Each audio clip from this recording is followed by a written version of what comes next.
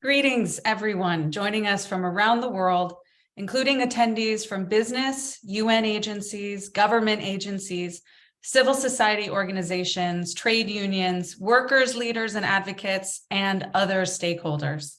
Welcome to the closing plenary of the 2022 Global Forum for Responsible Recruitment. I'm Stephanie Bratnick, the manager of the Leadership Group for Responsible Recruitment. This year's forum was an opportunity to once more convene on one specific primary part of the labor migration cycle, responsible recruitment of migrant workers and the vital employer pays principle. Companies from the IHRB Leadership Group for Responsible Recruitment and thought leaders and action takers from a wide range of other organizations have gathered to amplify expertise, to scale uptake, and empower all of those connected to this space to shape a sustainable recruitment industry. Over the course of the previous 3 days, we have published 11 main webinar sessions on the Global Forum platform. These sessions covered a wide range of topics intersecting the 4 main themes of this year's forum: action in supply chains, women migrant workers, government processes and development, and financing responsible recruitment. Additionally, there are a number of shorter form content pieces and a whole new series of short presentations we call GFRR Insights, which offer an even wider range of perspectives and highlights on projects, developments, and challenges within the responsible recruitment sphere. After the forum concludes today, these sessions and resources will remain available, and we hope that they will serve as an ongoing resource, which will be expanded annually during each year's forum. This year's forum was a truly collaborative effort. While it was organized and hosted by IHRB, over 40 organizations came together to facilitate and participate in panel sessions, interviews, and webinars. Major contributing partners included Impact, Stronger Together, ILO, LAMP, Focus on Labor Exploitation, the Remedy Project, Responsible Business Alliance, the Migration Policy Institute, the Center for Research on Women, Working Capital, and Diginex. There was also a true cross-section of all business sectors, proving that innovation, impact, and solution building to complex problems is only made richer through diverse social dialogue and transparent sharing across sectors and countries. This was also reflected in the breadth of diversity seen in the registered attendees and those who were tuning in, yes, via the forum platform, but also Twitter and LinkedIn. Before I introduce our distinguished panel members, I want to reflect on how far we have come since the first forum in 2017 held in Berlin. Much of the forum's content focused on the why. Why should the employer pays principle have been taken up throughout the global supply chain? Why is it important to end exploitive recruitment practices and supporting awareness and advocacy throughout business practices and government policies? Now, 6 years later, we are able to take stock of how far we have come as a global ecosystem. While we still have a long way to go, the drive to end the charging of recruitment fees and exploitive recruitment is now shifting away from understanding and awareness and is moving into action and impact. How do we drive true, tangible change into all tiers of the supply chain? How do we ensure that workers are heard and remedy is swift and meaningful? And how do we continue to drive the engine of change to create more responsible, safe, and equal workplaces for those migrant workers who serve as the critical backbone to our global economy? And on that note, let me introduce our first panelist, Sumitha Krishna. She is the director of Our Journey, a civil society organization for experts on migration issues to advocate with government and private stakeholders to develop a supportive migration system for non-citizens incorporated with international standards and norms. Sumitha is the current chairperson of Migrant Forum in Asia, and she is a solicitor and holds an LLB honors from the University of East London. She is also a qualified mediator and on the mediators panel of the Bar Council Malaysian Mediation Center. Welcome, Sumitha. So during registration, all attendees were asked to list the first 3 objectives that came to mind when working with migrant workers. The word cloud, it's coming up behind me, is a compilation of those entries. You can see that the top 2 words here are vulnerable and resiliency. Now, we know that there is a global shift to an effort to shift away from terminology like vulnerable or vulnerability that strips individuals and communities of their agency and places the problem on them rather than the policies and public attitudes that create and perpetuate the problem. I would be really interested to hear your thoughts on this, Sumitha. Why do you think, what do you think about those 2 terms used to describe migrant workers? Thank you, Stephanie, and thank you for this opportunity to be on the panel. So it's an interesting word, really. Many have the perception that migrants are people who are powerless. They cannot look after themselves and they need constant protection, so they are deemed vulnerable. Actually, it's not true at all. Migrants are not inherently vulnerable. It's like what you mentioned, it's the migration policies, the government's discriminatory policies, regulations, the lack of monitoring enforcement that diminishes the migrants' access to justice and enjoyment of rights. So let me give you an example. Why is a professional expatriate able to come into the country, a destination country, with the ability to change employer and employment with ease? But the migrant doesn't have that kind of right, okay? Or why is there age limitations or travel bans or even family background reports needed for women to migrate? And that's not imposed on men who migrate. So these are some of the hindrances that they put on migrants, and then they say that migrants are vulnerable, you know. And resilient, you mentioned resilient. Resilient is the ability to withstand or recover quickly from a difficult condition. But who put migrants in that difficult conditions? Who put them in that difficult situations? So why do they need to be put in a difficult situation? And then we say migrants are resilient, right? So for me, we need to stop looking at migrants as vulnerable population who needs to be constantly attached to his employer, whose labor rights are dependent on employers. It takes a lot of bravery for a migrant to leave the comfort of their home to a foreign land, not knowing the language, culture, only with the hope of earning a living for himself and the family. So what we need is to empower migrants, support migrants through migrant-friendly policies, accessible grievance mechanism, one that migrants won't feel intimidated to use. Definitely a debt-free migration, and most importantly, promoting labor mobility.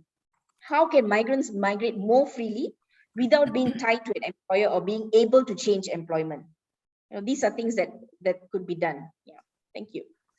Thank you, Sumitha. It leads perfectly into the next topic that I'd love to discuss with you around dialogue and inclusivity. Across many of the forum sessions and content this year, we heard speakers repeatedly call for increased social dialogue that is inclusive of all stakeholders. And engaging in social dialogue and building out that ecosystem of trust are foundational to accurately addressing conflict when it arises. Can you tell us more about how you think workers and worker-led organizations, unions can be integrated into the entire responsible recruitment process, from that initial policymaking to due diligence to remedy? There are many social dialogues going on now, and civil society and trade unions are involved in these processes, but definitely the workers' voice is missing. So workers' voice need to be heard, and we must accommodate workers-led organizations and migrant leaders in all these conversations. If language is a barrier, then address that. Example, you can have interpreters, but they must be heard. I must add that despite many migrant-led organizations in Malaysia, they're not registered, but over the years, they have been recognized as an important stakeholder. And it's heartening to see their presence in government-led meetings. But having said all that, the discussions that we have as stakeholders are always limited to collating ideas and recommendations. But ultimately, all of us stakeholders are left out of decision-making processes. And that's what needs to be changed. Because before decisions are made and finalized, the stakeholders need to be informed and to be allowed to be part of the finalization of the decision. That's what's missing in all this consultation in actual fact. Thank you, Sumitha. On that note, shifting, I'd love to hear from our next panelist, Paul Lally. Paul is the Global VP of Human Rights for the Coca-Cola Company. In that role, Paul leads the company's global human rights program. Previously, he was the Global Counsel, Labor and Human Rights for the General Electric Company. He sits on several advisory boards, including co-chairing the Consumer Good Forum's Human Rights Force Coalition. Welcome, Paul. Thank you, Steph. It's great to be here. After hearing from Sumitha on worker inclusion, we are seeing more and more businesses relying on digital tools and technology that increase worker inclusion through worker voice projects. And one such project, which is highlighted in the forum session, Human Rights Due Diligence, Managing Business Enterprises' Impact on Human Rights. That session looks at DigiNex's due diligence and worker voice tool, Lumen. Paul, I know you are familiar with the tool. And wondering if you can offer some insight on how do businesses use tools like Lumen? What are the effects of such tools on gathering accurate data on potential human rights risks, especially regarding recruitment? And additionally, is there danger that they encourage companies to engage at arm's length when they actually need to lean in? Well, Stephanie, first, thanks for having me on this panel. It's an honor to be part of this forum. I want to congratulate you and everyone, both at IHRB and LG and the leadership group for Responsible Recruitment. I've had the ability to participate, to watch a number of the sessions. I'm looking forward to going back and watching a number of the other ones on the recorded sessions. And it's really been an engaging forum, very practical advice, and really inspiring on this very challenging issue of responsible recruitment. So thank you for all the hard work on this. I think technology is going to be critical if we want to drive true kind of sustainable and global change on this issue. We began, and I was thrilled to see that DigiNex participate in the forum. We began in 2019 kind of working with them on this technology-led due diligence tool, Lumen tool. And it was kind of then developed and scaled through financial and technical support provided by both us and Reckitt. And one of the goals, which I think is important, was creating a tool that we could ensure all companies have access to, that it's affordable and it's scalable. We've piloted it initially with a focus on responsible recruitment in our Middle East country operations. And I can tell you it's been a really fascinating journey so far with this tool. I can see a number of benefits so far. It is a terrific way to educate. We all know that one of the critical steps we need to take in this space is educate our own people, our own operations across our companies, as well as our suppliers. And this tool has really given us the ability to do so, both through the surveys and other educational components. It provides us a way to conduct kind of more regular and frequent checks on the labor recruitment process within our own operations, which is where we're starting. I think one exciting element of it is the ability to map the migrant labor and the workforce supply chain. You know, we've all worked so hard on mapping supply chains for products and ingredients. As we all know, we need to really get a very good understanding of where labor is coming from and how it is coming from certain countries to host countries. And this tool is helping us do that, which gives us a better understanding of the whole process. And then most importantly, I think, and the point that was just made, we're now rolling it out as a worker voice tool to really penetrate into the home country recruitment process. And as much as we're trying to map into that process, that is still a challenge, especially with very small labor recruiters in a lot of these home countries. So this worker voice gives us a unique ability to understand what happened at the home country location when it comes to recruitment. And that's really the only way we're going to get to this problem. So, I'd say ultimately we know there are a number of steps we need to take to tackle kind of this big problem of unethical recruitment. And there's no doubt in my mind that technology is one of the tools we need to use. And the use of these tools can lead to even greater impact. As I mentioned in the opening, we really are now moving from advocacy and awareness to understanding how do we build these effective solutions and actionable plans.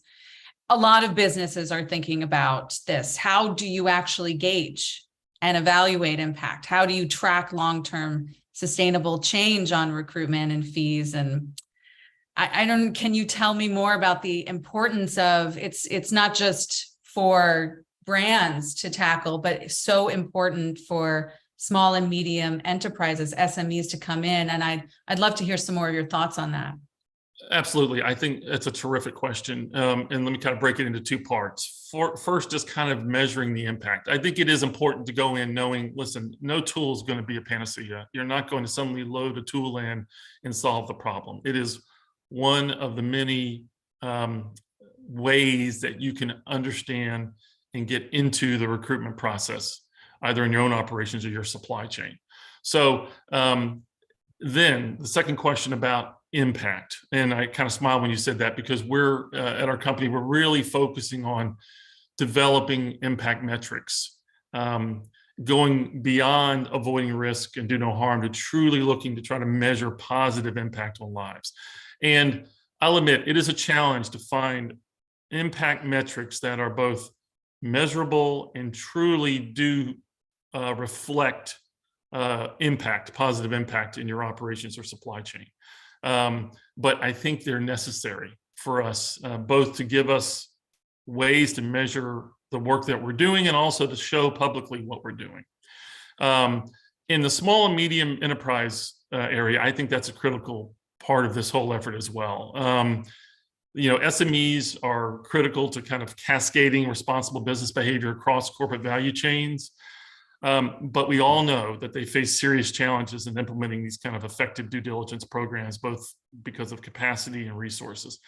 And I think companies like ours, large multinational companies that have resources like we do, we can help them, and we have to help them in several ways. First is doing what we're doing now, sharing best practices through participation in groups like the Leadership Group for Responsible Recruitment. We also work with the Consumer Goods Forum and Name Progress. And we've worked on this responsible recruitment area there as well. So I think sharing best practices is important. Disseminating tools, like I just mentioned with Lumen, we all know we can't treat the ability to respect human rights as proprietary or a competitive advantage. It's a public good with its own private benefits. And finally, one point I'd make, I think it's important for us to realize the need to harmonize standards when we assess SME practice. We can't expect SMEs to understand what they need to do if every global company they interact with has different questions and different metrics of success. So I think one of the greatest challenges for us as an industry right now is developing those kind of uniform assessments of standards and metrics that will help these SMEs drive kind of continuity and make it easier for them to have impact with the smaller resources they have. Thank you, Paul. I think that point you raise on harmonization is absolutely critical to help small and medium enterprises, but also I'm thinking of the recruitment industry to even understand, what are the expectations? What does ethical recruitment mean, so that there are some shared standards across the board.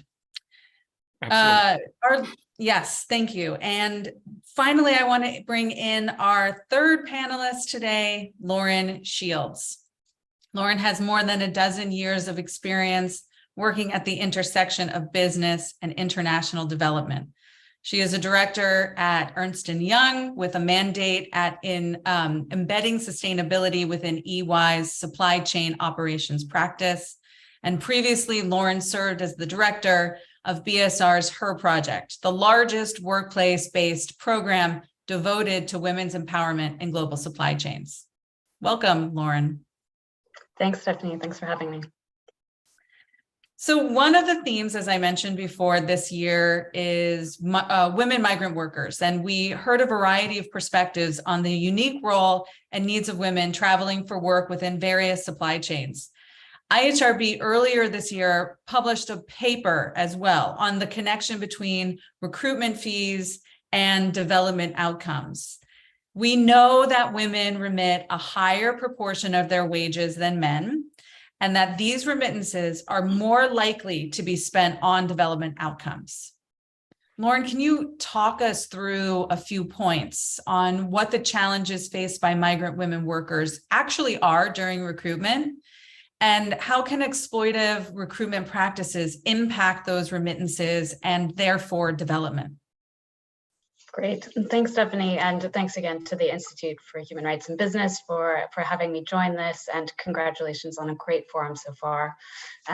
Like the other panelists, I've really enjoyed engaging with the content over the last few days. So digging in on women migrant workers, I think we all know that women play a super critical role in supply chains. We use the metaphor of the backbone of supply chains, and in many of the sectors that I've worked in consumer goods, for example, these are highly feminized supply chains where women make up a big proportion of the workforce, sometimes playing quite invisible roles that may not be the registered farmer, for example, but they are supporting smallholder production, for example. When we're looking specifically at the profile of women migrant workers, we know from the ILO's most recent reports on labor migration that these individuals are likely to be younger, they're more likely to be in lower skilled, lower paid jobs. All of the challenges that Sumita painted at the beginning around less protection, more informal jobs, greater insecurity are realities for these women. And so I think recruitment is part of the challenge, and we need to really be thinking about from a gender perspective, what are the specific needs and barriers for women in recruitment, of course, and recognizing that if they do incur debt, that will reduce their ability to have those ultimate development outcomes that you speak to, that the IHRB paper alluded to, but that impact really continues well beyond recruitment, and kind of keeping this lens, this kind of magnifying glass lens of, what are the specific needs for women workers throughout their journey and in the workforce is something that is really critical for us and for business to take into account. So here I just want to use an example of remittances specifically and call out some of the fantastic work of my former colleagues at BSR and the HER project. We were doing some work on how to support a transition from cash-based payments of workers to more digitized payments of workers. So the question of technology comes back here again. And in this context, we were looking at internal migrant workers within the garment industry in Bangladesh.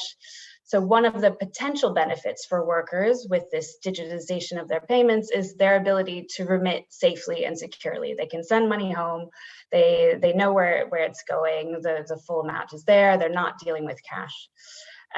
We found in our work that women had a lower starting point in terms of confidence in using accounts. We were using a kind of mobile money platform. They weren't as familiar with this, weren't as comfortable navigating accounts, or they may not have owned their own phone. So kind of keeping in mind that what are those specific barriers for women was really important to taking a gender responsive approach to any capacity building and training and making sure that no one was left behind. So over the course of that kind of capacity building and support for women migrant workers, as well as for managers and financial service providers as well, we really saw that this made a big difference for the women garment workers, their ability to send remittances, and ultimately those better development outcomes. There are kind of other questions on control over wages, which are also super important from a development perspective, but this is an important start. I do want to just kind of like wrap up with reminding us here, the question is really about what are the development outcomes, but from a business perspective, why does this really matter, to kind of reinforce that bit. Obviously, again, migrant workers are playing such a critical role in many supply chains, sometimes invisible roles. I think we are at the point now where there's broadly recognition that investment in women in your supply chain is an investment in the long-term resilience of your supply chain. At the firm level, we really see the business case for this in terms of improved retention, reduced absenteeism, increased motivation. But I think increasingly, this is something that is becoming, we hope, business as usual, and then certainly the stakeholder expectations are going that direction. So I'll stop there. Thank you, Lauren. It reminds me of the next point that I'm hoping we'll actually all be able to discuss together around grievance mechanisms and access to remedy, because development outcomes cannot be met. Impact cannot be tracked if there aren't functioning grievance mechanisms and there is not viable options for access to remedy when fees have been charged. And this is a theme we saw across the board in the content this year at the forum. Samitha, I'd like to circle back to you on this point. Can you offer some insights on the challenges of grievance mechanisms that can accurately reflect what is happening on the ground, as well as how important, how vital access to remedy is for workers? Well, when we talk about grievance mechanism, there's a lot of concentration on the labor courts, on the tribunals, the government-led mechanisms, but these systems do not cater to the needs of the migrants. Example, the cost and the time involved. It's not so much of a hindrance for local workers to access the courts or the tribunals, because locals have the luxury of time, and you can also find another job pending resolution of your case. But this is not so for the migrants, because they are barred from seeking another job pending their resolution of their case. So, and also workers who pursue cases, once they finish their case and once everything is done, they have to leave their country. They're not allowed to find another job in this country after they have completed the case. The only time that workers are allowed is when they are a victim of trafficking. So, but my question is, what about the grievance mechanisms within the companies? Shouldn't there be a push by, example, brands or buyers to ensure that the company's grievance mechanism is accessible and efficient? One that caters to the needs of the migrants, because it's difficult to change government processes, because they always say we need to have the same process for all locals and migrants. But then I think a change can be done within the companies. Thank you, Samitha. And I also am hearing to the support that kind of change and access to grievance mechanisms can be fully integrated as well and trickled down into those SMEs as well, with the support of larger global brands. But now coming back to Paul and Lauren, I'd love to hear, do you have additional thoughts on grievance mechanisms? And thinking perhaps in light of the conversation that we had earlier on social inclusion, dialogue, impact, and maybe even thinking about designing specific, the challenges to designing mechanisms that are inclusive of women workers. So Paul, Lauren, please. Okay, I'll go and start. And Samitha, I agree with you. This is a critical issue for companies. I think the grievance mechanism challenge is arguably the greatest one facing global companies today. I think, and when you look at emerging legislation in this human rights space, it expects these mechanisms to frankly be accessible to even a far greater array of stakeholders than the guiding principles or the OECD guidelines. So there is a significant focus in this space. And it is true, meaningful accessibility requires more than just a hotline or a web portal. We need to tailor these mechanisms to the particular circumstances and challenges of different stakeholders in vastly different environments, frequently very deep in our corporate value chains. And that's why I think it's critical and it's time to explore kind of a suite of complementary approaches, because we can't really try to do a one-size-fits-all approach, because there are so many differences across the globe to the circumstances of the individuals who would be accessing these mechanisms.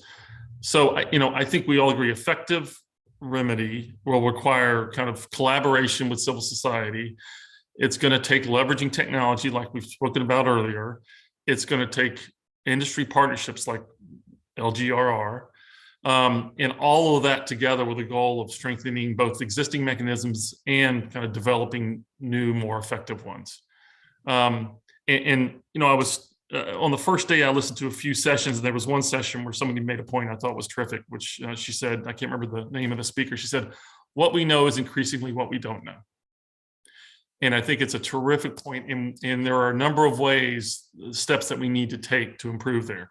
Grievance mechanisms that give workers really a practical and effective way to raise concerns is one critical way to know more about what we don't know today in this recruitment space. Yeah, great. And just to add to that, yeah, absolutely agree on the point that this needs to be a space for innovation, that we know more and more what we don't know. And we'll kind of speak a bit more about the legislation, I think, later on, but I'm hoping that even with the kind of new guidance that will be coming through legislation, there will still be some space for innovation and testing new approaches, because I think that's going to be really critical here. Just to kind of add a couple of points from a gender perspective, I mean, one thing, as Paul said, it's really about tailoring and being quite context specific when we're thinking about grievance mechanisms. And I always want to be thinking about, what's the difference between what we have on paper and what is happening in practice? So if we have a grievance mechanism in place, what might be the needs or the barriers for women migrants to be participating in that? So whether it's language barriers, whether it's inability to be part of committees, it could be the sensitive nature of the grievance, in the case of violence and harassment, time poverty, big one, technology literacy. So keeping all of these really top of mind as we're trying to make sure that we have the kind of most targeted and most useful and trustworthy mechanisms available in the context. Thank you, Lauren. And when we are thinking about grievance mechanisms and access to remedy, I think we are then needing to think, well, if we're moving into practicality of, well, how does remedy actually happen from a financial standpoint? What does it look like to actually fund responsible recruitment? The several sessions this year focused on that. Impact led an interesting session on financing models and the remedy bond. LAMP also led a session on innovative financing models for recruitment. And Verite also highlighted their new responsible recruitment calculator for estimating the true cost of recruitment within specific corridors. So posing this question to Paul and Sumitha, how do we finance responsible recruitment, specifically regarding access to remedy? And where do you think the future of finance and remedy might be heading?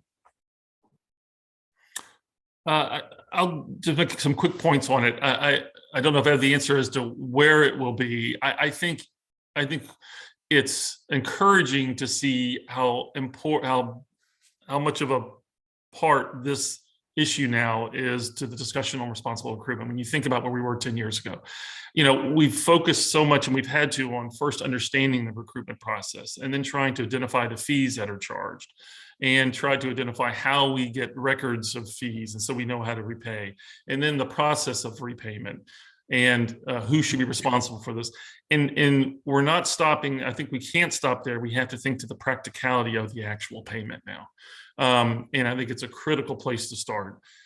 I've been in on a couple of these remedy bond discussions, which I think are very interesting. Early stages. certainly some opportunity there. I think it does hit to the very point we need to face into, which is the reality of having some of these parties actually repay these fees is very challenging from an economic standpoint. And we can't feel that our job is done when we say, okay, you shouldn't have charged these fees. Here's what you charged and here's what you need to pay back. Go do it. And then sit back and wait for them to do it. We need to help.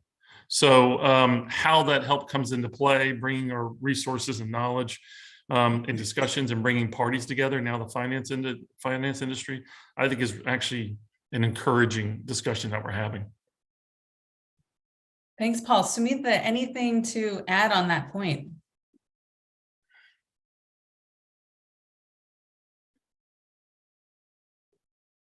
Oh, I think we've got a sound. Yep, there we go. Okay. Got it. Right. Remediation is a popular remedy, but I must caution that there are instances where companies are not remediating in full, but they publicize remediation in their annual reports, but they don't state the amount that they pay to each community, and we know for a fact that they don't pay in full.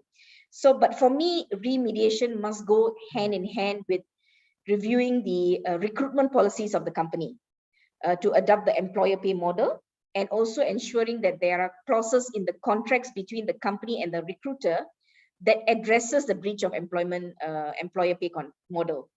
I think that's the way forward if you want to do remediation. Yep, thank you. I think that's critical, having those early conversations with what the expectations are. And also transparency. I hear some issues when you're talking about what might be stated, but actual amounts are not disclosed. You know, obviously thinking about confidentiality issues, but also transparency issues as well.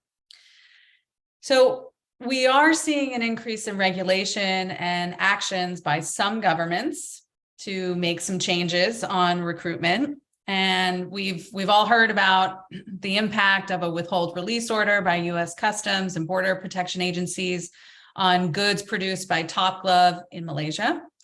And additionally, the new EU due diligence directive that's forthcoming, which was highlighted at the forum by Rachel Wittes of Article 1.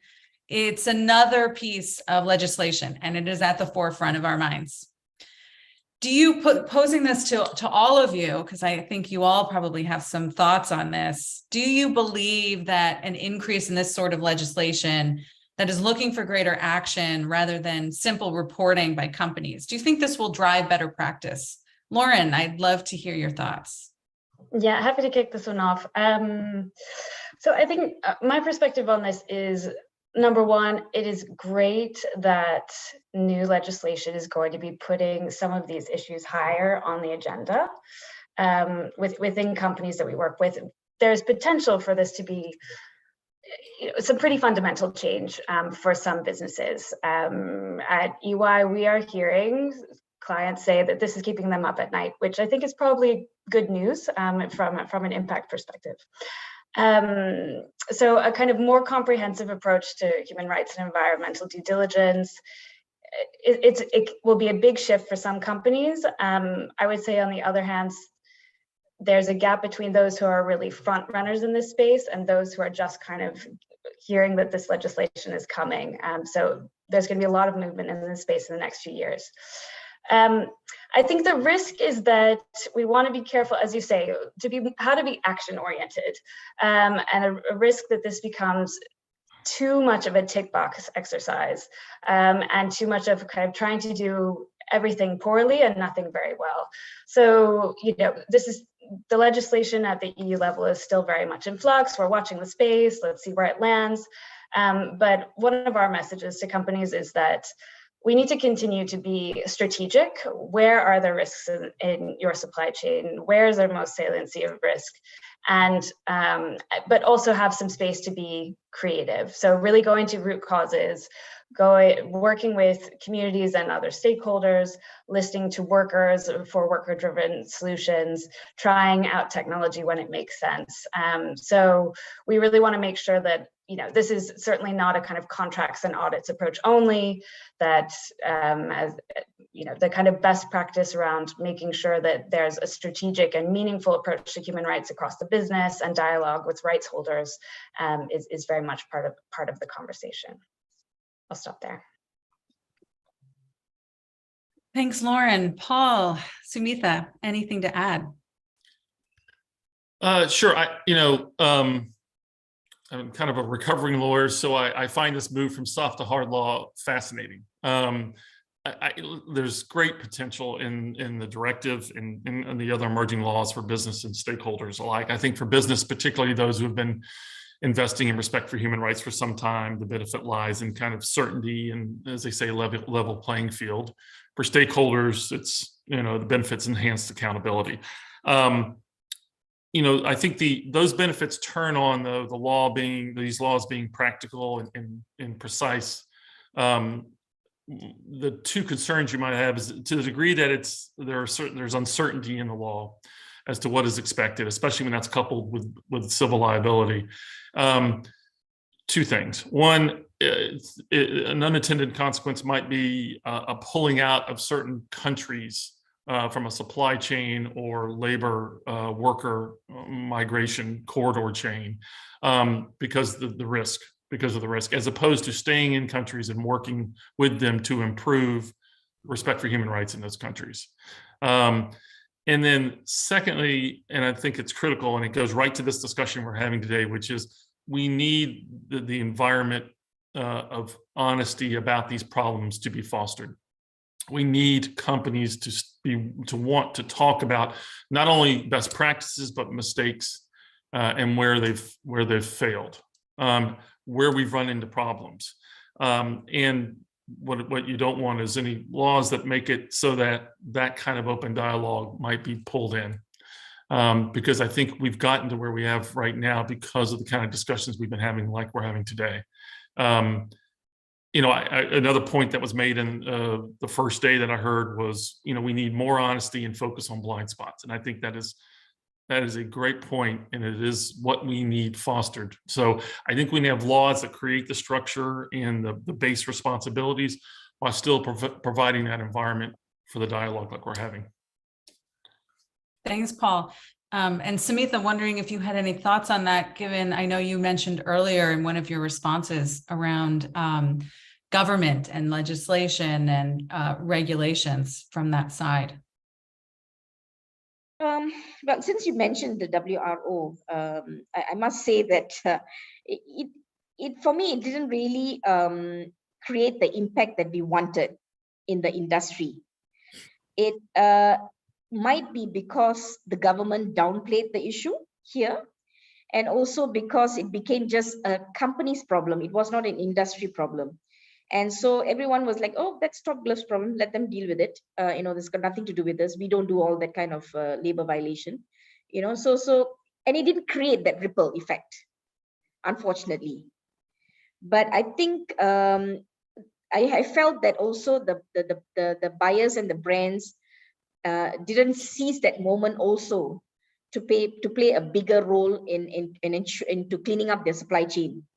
A lot of them went back to their social auditing processes because that's a popular way for companies to monitor their supply chain. But we have seen how social audits can and have missed a lot of the serious violations. So I think it will be great, like what I mentioned, just it will be great for companies, buyers and brands to have conversations with stakeholders working on the ground, not only to look into social audits, but also to see what's working on the ground and what's not. Like legislations, I come from Malaysia, and legislations, we have a lot of good legislations in Malaysia, but the implementation is extremely poor because there is no monitoring. And that's how a lot of violations take place. Yeah, monitoring is really, really key, and ensuring that there's proper funding and resources to those bodies, right? Those entities that are in charge of that regulation. So an interesting figure, we heard this really astounding figure from Dilip Ratha from the World Bank Nomad Initiative, that over $600 billion are being remitted by migrant workers to low and middle income countries, which obviously vastly outweighs the amount being provided in development funding. The skills and hard work of migrant workers in both countries of destination and origin, it's clearly a key driver of improving development outcomes, yet we still don't talk very much about this. I'm wondering how we might begin to feature migration for work as a true driver of development and why that might not be happening so much right now. If anyone would like to weigh in on that. Oh, Stephanie, I'll jump in quickly. It's funny because I had that point written down on my notes. That dollar number you gave was so incredible to hear, and it's especially significant when you think of what was potentially taken out of a lot of these earnings before they were able to send those remittances. Just how much that number would be if all these individuals were protected in such a way that they weren't paying the kind of fees and not getting paid like they were supposed to. So it's an incredible thought of the impact that these remittances have. And I think it also goes to the point you're making, which is this type of labor migration, when done properly and safely and protecting the vulnerable people a part of it, is critical to not only the families being impacted, but the countries. So this is an unbelievable opportunity for development when you have workers who are in countries where the work is just not available. If they can safely go to where it is and then be protected there and send that money back, it would have a terrific impact. So while the number that exists now is so big, you can imagine how much it would be if we fix this problem of responsible recruitment. Absolutely. Sumitha, yes. Well, I think there's an issue in terms of the people involved in the whole migration system, the agents, for example. There's a lot of discussion that a lot of the cost goes to the agents, and that is why the recruitment cost is very high. But then the sending countries, for example, makes the system so complicated, so with so many red tapes that the migrant cannot access that system without an agent. Because agents are also seen as a source of employment for the country. Mm-hmm. So, and you have countries like Malaysia and Singapore trying to push back and saying like, no, we want a direct recruitment. We don't want to use agents. But then the sending country will say, no, you have to use our agents. So that makes it really, really complicated because the countries are not even in sync in trying to address the recruitment. And it's not a blame game, really. It's not a blame game, but I think being the sending country, I think you need to put your migrant workers priority first, and not the money that's coming from the agents, because the migrants bring in remittance anyway. So we have a lot of pushback from the sending country governments because they're so adamant that we have to use recruiters. Their agents, and no direct recruitment is allowed. So I think that is also one big hindrance for companies as well. Yeah. Thank you, Sumitha. It's really about, I think, also shifting the perspective of value. That migrant workers really have great, huge depth of value to the economic functioning of the country. Lauren, any thoughts? No, I think I was going to echo that last thought. I was thinking back to Sumitha's earlier point on, sometimes the portrayal of migrants is one of powerlessness, but when we really think about migrant workers as drivers of economic value for companies, for families, for countries, that's a way to completely shift the dialogue. And I think kind of more work on shifting the narrative is really important. So we've recognized the full value, as you say. So one last issue before we start wrapping up, because I can't believe we're already at the hour mark almost. We know that there's a really pressing issue over this coming year. It's forefront. The climate crisis is with us. We're seeing the impacts. We are planning in 2023 to feature just transitions at the forum next year. And the way that the climate crisis is and will be altering labor flows and recruitment. Very often the E and the S in ESG are siloed into very separate initiatives. But in reality, on the ground, environmental issues are directly intersecting with social responsibility. And I am wondering in just a couple of minutes, if anyone would care to speak more on this intersection and how just transitions relates to migrant workers and labor.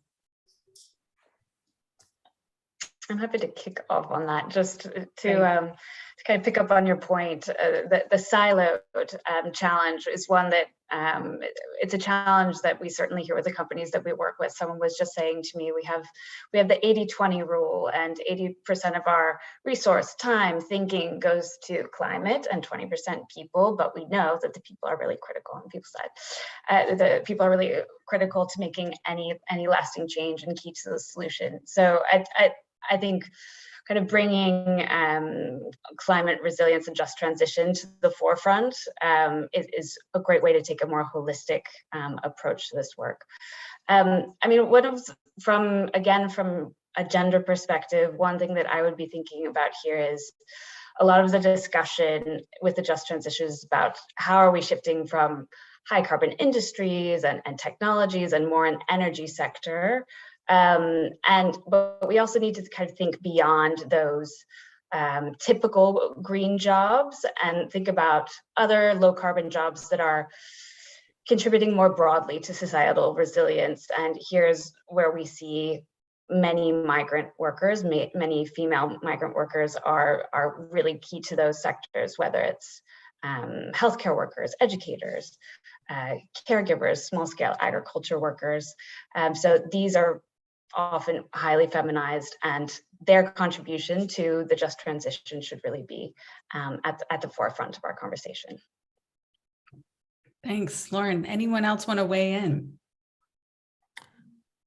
You know, I agree with Lauren.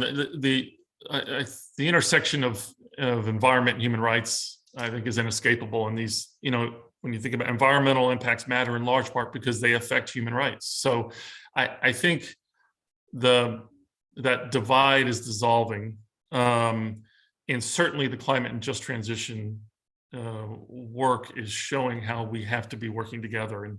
And you know, it's interesting in our company, that's what we do. We work together, human rights and environmental hand in hand.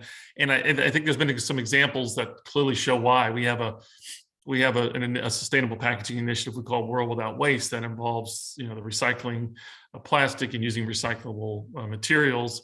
And when you look at that initiative, you have to think about also who are the workers in the value chain of this recycling industry. And there are, in the informal sector, there are a lot of waste collection workers, and how they are treated and protected and how their rights are respected is a critical component of that initiative. So you can't separate the environmental aspect of it from the worker aspect. And that's why I think the two have to be together. Thank you, Paul. Samitha? Nothing more to add, just that I do agree with both the speakers, and definitely there's more conversations need to be held on this. Yeah, thank you. Okay, so in conclusion, as we've talked about earlier, the big question that is on all of our minds: how do we move from discussion to action taking? In 1 minute each, I'd love to hear your primary take on this, perhaps a bullet point. How do we make this happen? Sumitha, go for it.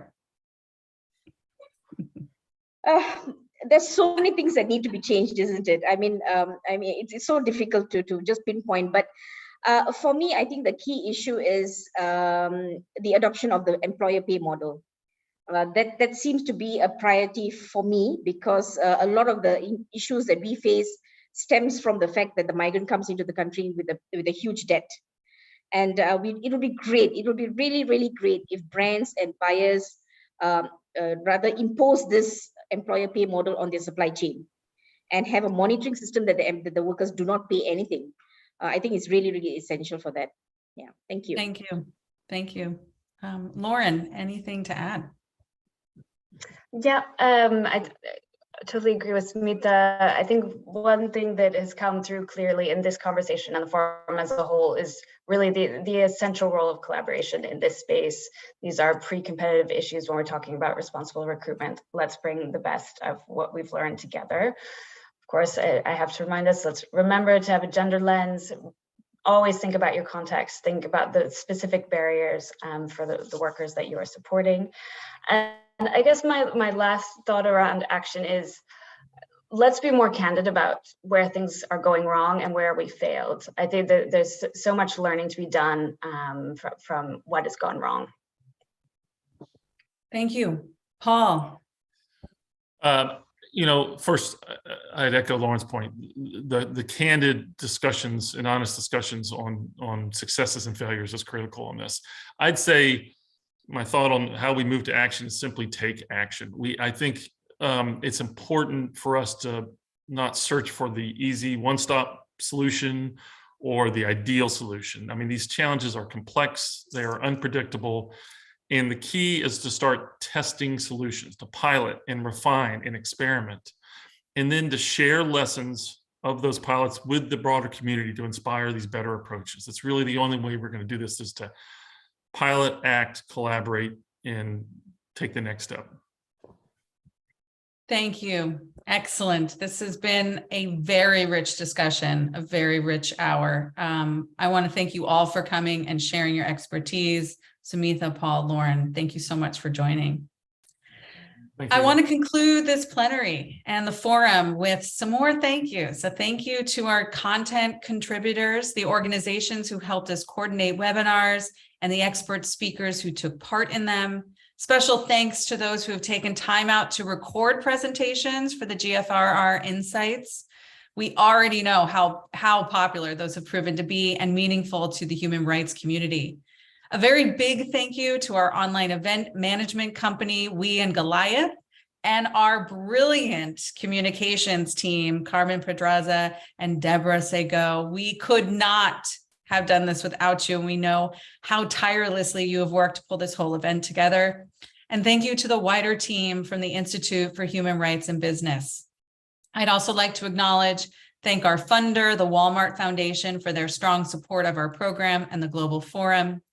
And finally, we want to thank you, our attendees. We hope that you have found this forum inspiring and useful in your own work around this critical agenda. And that, of course, is the challenge for us all, to take our discussions, our ideas, our new content, our new contacts, and really turn them into tangible actions to ensure that no worker should pay for a job, that recruitment for employment abroad is safe and ethical. And as we reflect on 10 years of the DACA principles, that migrant workers everywhere are treated with dignity and respect. Thank you, and have a wonderful morning, afternoon, evening, wherever you are in the world.